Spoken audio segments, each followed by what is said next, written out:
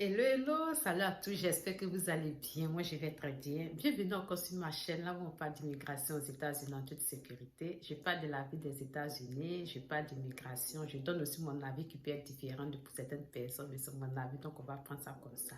Aujourd'hui, je vais vous parler de la dévéloterie et parler de vos sponsors, dire un peu ce qui concerne la dévéloterie, ce que vous devez faire. Tout d'abord, si vous avez joué à la dévéloterie, ce que vous devez savoir, c'est que les résultats sortent le 6 mai de cette année 2023 et vous avez besoin de trois choses pour pouvoir voir vos résultats.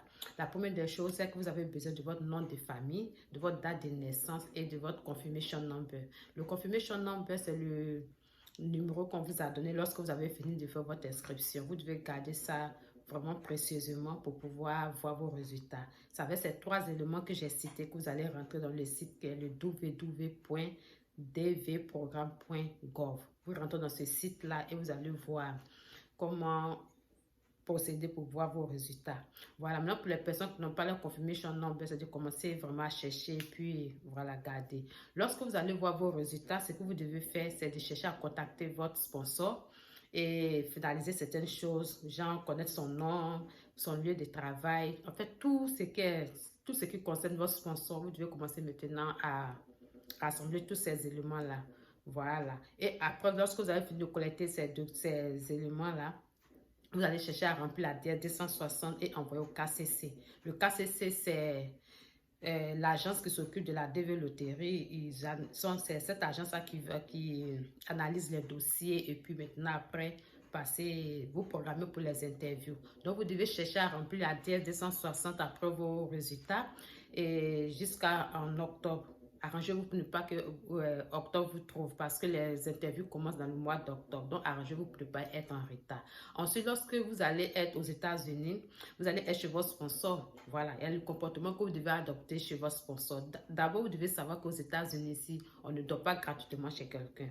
Donc, votre sponsor va vous prendre en charge. En fonction de ce qu'il va mettre dans l'affidavit, c'est-à-dire le papier qu'il va envoyer comme garantie que vous allez rester chez lui. Ce papier-là, vous allez tenir compte de cela. Mais le sponsor peut changer à n'importe quel moment. Donc, c'est de faire très attention.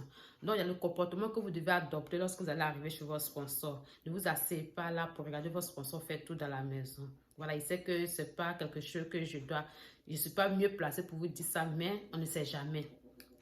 Donc, ne vous asseyez pas pour regarder votre sponsor, c'est taper tout le boulot dans la maison parce que ici, tout est fatigant. Oui, tout est fatigant. Donc, si vous êtes dans la maison d'une personne, c'est de chercher à aider cette personne. Surtout même que vous n'allez même pas apporter une aide financière à la personne. C'est pas évident puisque vous venez d'arriver. Donc, on suppose que bon, vous n'avez pas les moyens pour vous en occuper. Mais ce que vous pouvez faire pour aider quand même dans la maison, c'est de faire le ménage. Mais si vous êtes un homme, faites le ménage. Lavez les assiettes. Ici, là, femme comme garçon, faites tout. Il n'y a pas de garçon qui fait, il n'y a pas de travail de garçon, il n'y a pas de travail de femme ici. Surtout que vous êtes chez quelqu'un, c'est de faire vraiment attention. Essayez de participer quand même aux choses de la maison. Ça va vraiment vous arranger. Parce que votre présence déjà même, la personne était dans son monde et votre présence va casser un peu l'atmosphère.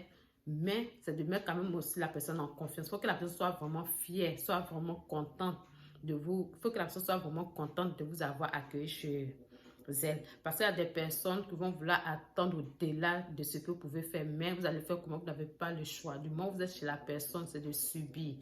Voilà, c'est de subir. Et puis aussi, lorsque vous allez commencer à travailler, si vous commencez à travailler déjà dans la maison de votre sponsor, parce que c'est là, vous allez commencer à travailler et vous allez essayer de cotiser un peu de l'argent pour pouvoir aller vous prendre un appartement. Mais ne prenez pas un appartement à vous tous. Ce point de début, c'est de chercher un roommate, quelqu'un avec qui vous allez partager une maison. Voilà. Lorsque vous allez commencer à travailler, attendez-vous à une chose. Votre sponsor peut vous demander de commencer à participer aux dépenses de la maison. Ça, je vous le dis. Ça peut arriver. Il peut dire à 90%, ça peut arriver. Donc, ne refusez pas de participer aux dépenses de la maison. Vous pouvez demander à votre sponsor qu'est-ce que votre sponsor attend de vous par rapport aux dépenses. Qu'est-ce que votre sponsor veut que vous preniez en charge. Votre sponsor va vous dire peut-être vous devez payer la maison. Votre sponsor va vous fixer le prix qu'il veut. En tout cas, vous allez essayer de vous asseoir et essayer de vous comprendre. Voilà, donc attendez-vous aussi à ça. Lorsque vous allez commencer à travailler, votre sponsor peut vous demander participer aux dépenses de la maison. Et je vous assure, même ici, les parents font payer la maison, la location à leurs enfants. Parce que lorsque l'enfant a l'âge de pouvoir se prendre une maison et que l'enfant peut-être va travailler, il a pris sa maison et lorsque l'enfant doit revenir peut-être à la maison, les parents peuvent faire payer la chambre à l'enfant. Oui, ça se fait ici. Ça se fait ici. J'ai connu un couple qui ont loué leur maison à leurs petits-enfants. J'étais choquée. Je me suis dit, ah, mais comment ça se passe? Mais avec le temps, j'ai compris que c'était normal. Le système ici fait que, franchement, on ne pêche pas les gens cadeaux ici. Mais si tu as pris une personne chez toi une semaine, après deuxième semaine, je vous assure que si tu ne commences pas à participer, la personne va vous chasser. La personne va vous chasser. Et ici, les gens ne tournent pas en rond pour pouvoir demander ce qu'ils attendent. Ils vont vous dire directement, ah, tu dois participer aux dépenses de la maison, tu dois payer les factures, tu dois payer la maison, j'ai besoin de telles sommes. Maintenant, c'est à toi de discuter avec la personne pour dire, ah, je peux payer ça, je peux faire ça, je peux faire ça, pour que vous allez vous entendre. Donc, comme je le disais, j'étais vraiment choquée. Je me suis dit, ah, mais pourquoi est-ce qu'elle fait payer encore son petit enfant? Parce que chez nous, en Afrique, c'est-à-dire que toute une famille peut venir rester chez son frère, chez son oncle, tu ne payes même pas 5 francs, tu manges la nourriture. Or, leur facture augmente, mais il ne faut jamais vous dire de participer à quoi que ce soit. C'est maintenant que je me suis rendu compte que vraiment, quand je suis arrivée ici, je me suis rendu compte que héberger les gens, ce n'est pas facile parce que ça change quand même ton programme. La nourriture, tu as dit tu vas changer ton programme de nourriture. Si tu as besoin de prendre, parfois si tu avais l'habitude de prendre peut-être 2 copes de riz, tu vas prendre peut-être 5 copes de riz. Ton sac de riz qui faisait peut-être 2 mois, ça fait 1 mois. Est-ce que vous voyez un peu le décalage? Donc, ce n'est pas facile. Pour la maison, on peut comprendre, mais les factures quand même, les factures vont augmenter. Mais ici, on te fait payer la maison. Oui, la maison, les factures. En fait, rien n'est gratuit ici. Donc, c'est de vous attendre à ça. Vous pouvez être chez votre sponsor et lorsque vous allez commencer à travailler, votre sponsor va vous demander de participer. Ne tenez pas compte pour dire non, comme le sponsor avait dit qu'il allait vous héberger pour 6 mois, le temps de trouver du travail. Le sponsor peut changer comme il veut et vous ne pouvez pas vous plaindre quelque part. C'est sa maison. Il peut vous chasser et ça ne va pas quelque part. Donc, c'est de faire vraiment attention lorsque vous êtes chez votre sponsor. Donc, vous faites louer la maison et ces grands-parents-là, quand moi je ne comprenais pas, je posais la question. Elle dit, mais cette maison qui était vide, je pouvais mettre un autre locataire, puis je vais avoir mon argent pour pouvoir payer mes factures. C'est vrai que j'ai construit une maison, mon mari a construit une maison, il y a des chambres vides. C'était pour nos enfants ont grandi, nos enfants sont partis. Je cherchais des gens pour mettre en location, pour pouvoir m'aider, pour pouvoir payer les différentes factures.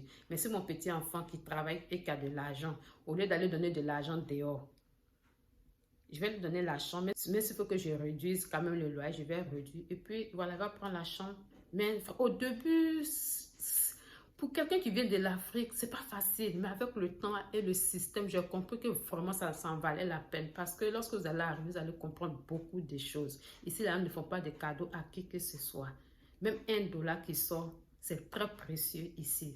Donc, si quelqu'un se lève, vous donne de l'argent ici, c'est que franchement, je ne sais pas quoi je vais vous dire. C'est pas évident. C'est pas du tout évident. Parce que même $1, les gens considèrent ceci. Parce qu'ils ont travaillé la sueur de leur front pour avoir. Et le système ici ne fait pas de cadeaux à qui que ce soit. Donc, pour ne pas avoir des suppositions désagréables, donc je préfère vous prévenir. Voilà pourquoi je vous avais dit de cotiser de l'argent pour les personnes vraiment qui se débrouillent encore. C'est de cotiser de l'argent, puis surtout avoir de l'argent de poche sur vous lorsque vous allez arriver parce que vous ne connaissez pas le comportement de votre sponsor. Et aussi, vous-même, votre comportement aussi peut ne pas être de pair avec celui de votre sponsor. Donc, mais dans tous les cas, c'est vous qui allez être dans la maison du sponsor. Donc, vous allez que vous tenez à ce que votre sponsor dit. Donc, ici, femmes comme garçons, c'est la même chose. Il n'y a pas de travail des femmes, il n'y a pas de travail des garçons ici. Vous êtes dans leur maison, comportez-vous comme il se doit, faites le ménage. Lavez les assiettes, c'est pas grave. Vous savez pourquoi est-ce que vous êtes là. Vous êtes là pour un objectif bien précis. Lorsque vous allez atteindre votre objectif, vous allez quitter la maison, aller prendre un appartement et puis vous êtes tranquille, vous allez vivre votre vie comme il se doit. Voilà, et c'est important aussi de garder de bons thèmes avec vos sponsors. C'est vrai, il peut arriver qu'il y a des sponsors vraiment qui vont vous mener la vie difficile. Il y a des sponsors, comme je le dis, qui sont de mauvaise foi. Il y a des gens qui donnent leur retour d'expérience par rapport à d'autres personnes qu'ils ont hébergées. Et par rapport à d'autres personnes qui ont été chez eux, ils ne vous disent pas la vérité. Or, c'est eux-mêmes leurs comportements qui font que ces personnes-là ont des comportements bizarres avec eux. Et vous avez besoin. Donc, tout ce que vous allez, donc tout ce qu'ils vont vous dire, vous devez obéir sans dire non. Ça dit que jusqu'à ils vont bafouer votre orgueil. Est-ce que vous voyez? Ça dit d'autres font pire même et ils ne disent pas la vérité en fait. Donc c'est lorsque vous allez arriver, vous allez vous rendre compte que vraiment ce que les autres disent là, c'est d'écouter l'autre version. Voilà, c'est très important. Peut-être vous allez voir que je suis trop contre les sponsors, mais c'est parce que c'est la vérité en fait. C'est la vérité. Nul n'est pas fait, c'est vrai. Mais c'est de vous dire, tout ne sera pas rose. Même chez vos propres parents, même chez quelqu'un avec qui même vous avez mangé votre enfance, ne vous dites pas que... Dites-vous que vous partez chez quelqu'un que vous ne connaissez pas. Voilà. Même si c'est quelqu'un de votre famille, faites très attention. Je sais de quoi je vous parle. Voilà, parce que l'hébergement ici, vous assure, ce n'est pas de l'amusement. Ce n'est pas du tout de l'amusement. Et puis, il va faire chaud, il va faire froid. N'utilisez pas leur... Arrangez-vous même pour ne même pas gaspiller quoi que ce soit ici. Moi, quand j'étais chez mes sponsors, même le climatiseur, le chauffage, je n'allumais pas. Je n'allumais pas. Parfois même, là, les gens vont rentrer, vont dire, ah, mais tu n'as pas froid, tu n'as pas chaud. Mais je savais ce que je faisais. Parce que tu vas allumer, que les factures vont venir, ils vont te bouder. En fait, il y a beaucoup de choses que vous pouvez éviter. Donc, c'est de laisser eux-mêmes, là, ils vont faire ce qu'il y a à faire dans leur maison. Et sachez connaître votre place. C'est tout ce que c'est tout ce que j'ai à vous dire. Voilà, pour les personnes qui n'ont jamais habité chez quelqu'un, voilà en tout cas le conseil que je peux vous dire. Si vous êtes chez les gens, c'est de savoir comment est-ce que vous allez vous en prendre. Mais si on ne vous demande pas de participer, si vous avez un peu d'argent, essayez de participer. Même si ce n'est rien, au moins on sait que le cœur y est. On sait que vous êtes reconnaissant. La reconnaissance est très important. C'est vraiment très important. Voilà. C'est ce que j'avais à vous dire dans cette vidéo. Sur ce, prenez soin de vous et merci d'avoir visionné. N'oubliez pas de partager, aimer, invitez vos amis à s'abonner à la page en activant la cloche de notification pour ne rien rater. Sur ce, bye bye.